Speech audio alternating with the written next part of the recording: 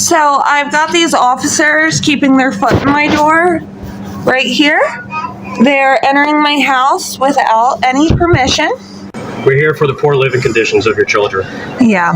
I thought you were here because my 2-year-old apparently was running around. We were. That's the initial contact. Can you please move your foot or no? Hold on, get this on. I was sleeping on the floor. Do you have me on camera? Oh, and this guy's got his foot back in my door too, even though I keep asking them to get their feet out of my door because it's against the Constitution. I've got these officers keeping their foot in my door right here. They're entering my house without any permission.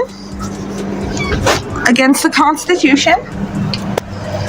It's our line. You are. Actually, I need to throw away a dirty diaper.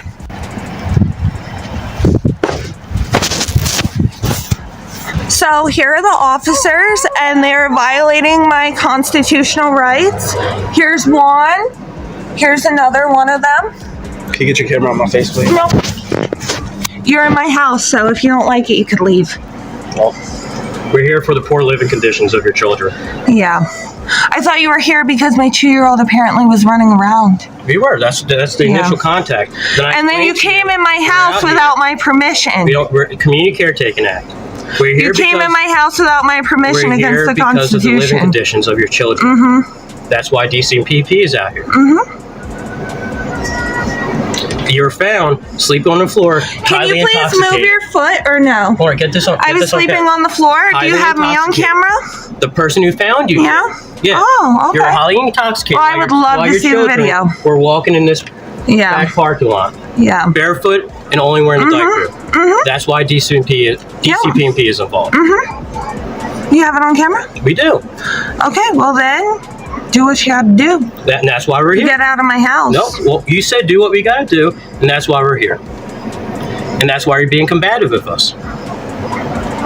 That's fine. Do you want our badge numbers as well? Sure, I'd love it. I'm 138. 728. Just so you know, you're being recorded as well. That's good. I'm perfectly fine with being recorded. I don't do nothing wrong. Y'all are the ones right now. Right now, this guy's got his foot in my door against the Constitution. Won't even let me close my door. This guy right here.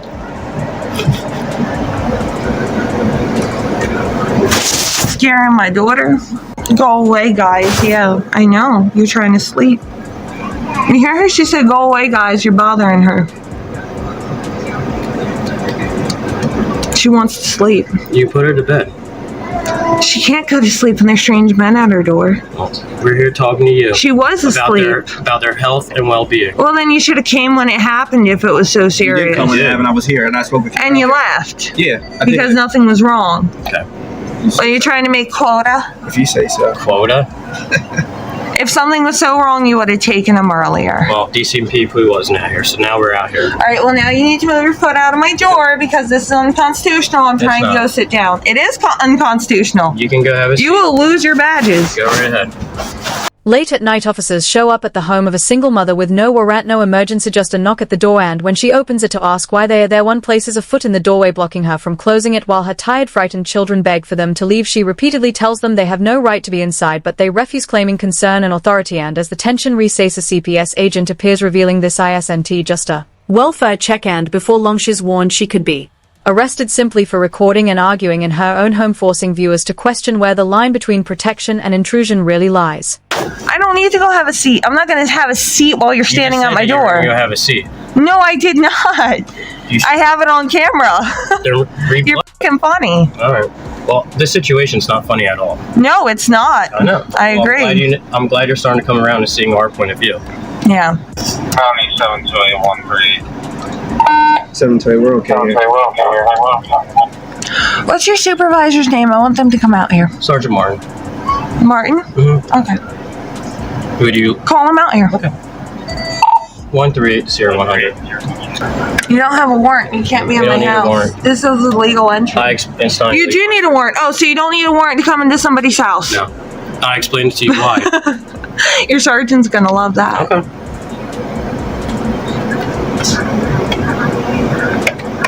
You do need a warrant. Get out of my house. That's a great language to speak in front of your children, by the way. Doesn't matter.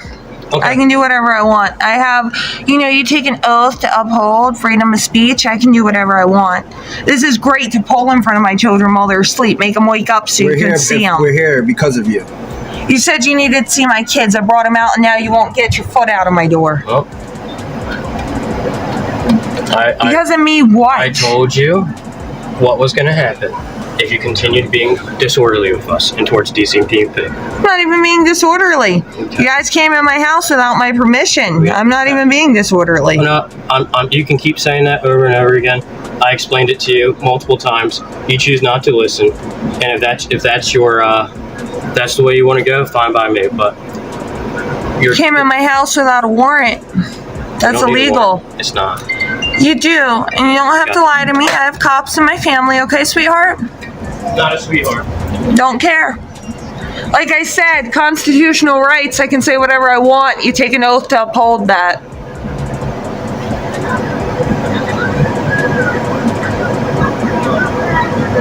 Can you get your foot out of my door? No. Now you're just going to keep it there? Against the Constitution. Illegal entry, right here. Right here, this guy right here. You just want to sleep and they're bothering you because they won't get out of our house and respect our constitutional rights. My supervisor's on his way, ma'am. That's wonderful. Oh, and this guy's got his foot back in my door too, even though I keep asking them to get their feet out of my door because it's against the Constitution. And which part of the Constitution states that? You can't come in my house without a warrant. Okay, I already explained it. Your supervisor's going to explain it to you. Explain it to me. Yeah, he's going to let you know. It's okay, honey. The officers refuse to move, their foot still wedged in the doorway even as the mother points out that it's unconstitutional and begs them to leave so her children can sleep, her daughter frightened and overstimulate asks the strangers to go away, but the officers stay talking over her distress and insisting they are there for the children's well-being despite having already checked earlier and found nothing wrong. The mother challenges their authority, asks for a supervisor and repeatedly states they have no warrant, yet the door remains blocked, the tension escalating as warnings of disorderly conduct replace any attempt at de-escalation until the encounter becomes less about safety and more about control, leaving viewers to question how easily constitutional boundaries can blur when power goes unchecked. I know, you want to sleep, but these guys won't let you. We're not keeping your children up. Yes, you are. You woke them up and you're keeping them up because you won't leave. I'm asking you to get your foot out the door so I can go fucking lay her down, but you won't let me. You are keeping my children up. You want to say that again? You're the one who made them wake up. He's saying he ain't keeping my children up, but they won't get their foot out my door. We're about to wrap up, though, okay? And he said my kids are getting taken. Is that true? I never said that. He did. He said my kids are going to get taken. And they won't, right or wrong, they need a warrant to come in. They can't have their foot in my door. Well, My daughter's really scared right now, miss. Look, I'm a good mom. I'm not a shitty mom. It's really upset me right now that my daughter's got to deal with this. Can you please? So You know it's the Constitution. They can't do this. Okay, so it was just the way the referral came in that your house was, had a. I understand his sister was pissed off because I broke up with him. I understand that. I know. Because if it was such an issue, I've been living here since July. Somebody would have called. You know what I'm saying? But it's kind of funny how the day after I break up with somebody, that's when the call comes through. And I told her, because her son came knocking at my door, because her son always wanted to be at my house. And I said, yo, your son got to stop knocking at my door. He always wakes up my kids. My kids like to be up at night most of the time. Nocturnal, babies, whatever, So I said, you go be a I didn't mean to cut. That's okay. Go ahead. Finish. I thought you were done. So all we wanted to come and tell you was that somebody's going to be following up tomorrow. Okay. We want to try to bring out a pack and play because the tent is not really safe. I know He climbs out of it. I know. Look, miss, I had a pack and play. I'll show you pictures if you want. He was pulling up and trying to climb out of it. You got to try to keep it because he's too little. What do you guys suggest? Because I tried to put a mattress in there for him. I read online. Babies don't like mattresses. They feel like they're sinking. So I put his pack and play mat in there. That's what he's used to. He'll sleep on that. He's a night wanderer. You know about that, right? Night wandering. I don't want to let him wander around this room. It's not safe. When I had my daughter, we had a room that was safe for her. That was different. I thought the tent was safe. Look, Please don't take him just because of that. No, we're not. But we need to bring him. He is a safe place to sleep. So he will pull up on it. I'll do that. I'll do that. And just, hey, come on, go back to bed or talk to us pediatrician when you go in November. Hey, this is what's going on. What should I do? I will do that. I'm so sorry. They've made it so hard for me to see anybody. Nobody wants to accept new pay. I've been fighting for these kids. You're making the right steps. It sounds like. She got mad because I told her to go be a mother because her kid's always knocking at my door saying, can you come out and hang out? Don't worry about that because you got to worry about other things. I know, worrying about my kids. That's why I told her. I said, you need to get away from my door. I said, as the officers linger in the doorway, the mother tries to comfort her frightened child, explaining through tears that her kids just want to sleep but can't. While strangers refuse to leave, she insists they are being kept awake by the blocked door even as officials deny it, and confusion sets in when she fears her children might be. Takina claim quickly walked back. Slow tone shifts as a CPS worker acknowledges the fear, listens to the mother's explanation and reframes the visit as a follow-up rather than a removal, discussing safer sleeping arrangements and offering support instead of threats. Still shaken, the mother explains she's doing this alone, fighting every day for her kids, and while the night began with force and fear, it ends with a fragile reminder that compassion, not pressure, is what families need most in moments like this. I'm a single mother. You got a husband. I said, he helps you. Nobody helps me. This is all on me. I said, that's why I don't want your son knocking on my door, because he wakes up my kids. All right, so those are 3 things I need from you, okay? Okay. 1, you have to clean up. You have to. So I know. Tomorrow when they come by, clean as possible. Yes. Okay? Yes. It's totally different in the morning. You know what? My kids go to sleep. That's when I get to clean. Okay, but you just have to make sure you do as best you can because the workers are going to come out and expect something. Like they can't come back to this again tomorrow.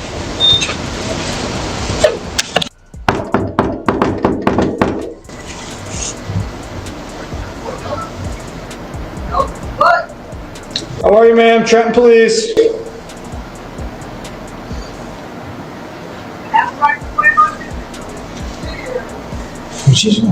I can't hear you, ma'am. Can you open the door and speak to us? No, I'm not going to open the door because I know y'all hear about my music. Why are you guys harassing me?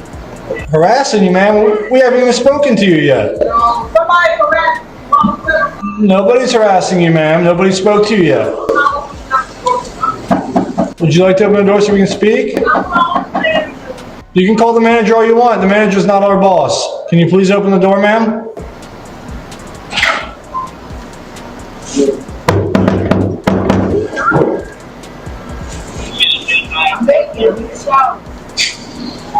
You're in the shower. Put some clothes on and come outside. We still got to talk to you.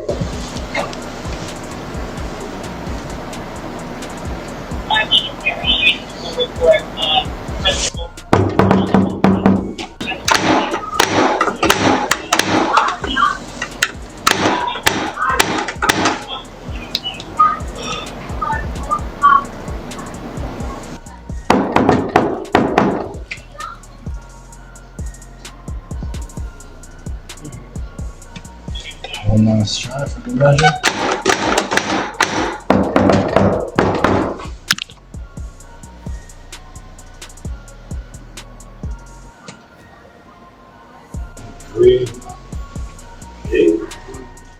After a tense standoff at the doorway, their officers finally begin to back off. No warrant is ever produced, no forced entry occurs, and the mother is left in control of her home, given only instructions about cleaning and child safety. While CPS plans a follow-up visit in a second encounter, officers knock repeatedly at a closed door, pressuring a woman to comply without explaining why, yet the door remains shut and the interaction never escalates. Inside, taken together, these situations reveal a stark truth. Opening a door changes the balance of power, while remaining behind it preserves control. They show that lawful entry requires more than vague claims. Phone calls are authority. It requires consent. A warrant or an emergency. Recording these encounters protects everyone, ensuring transparency and accountability and leaving viewers to decide how easily boundaries can be blurred when authority goes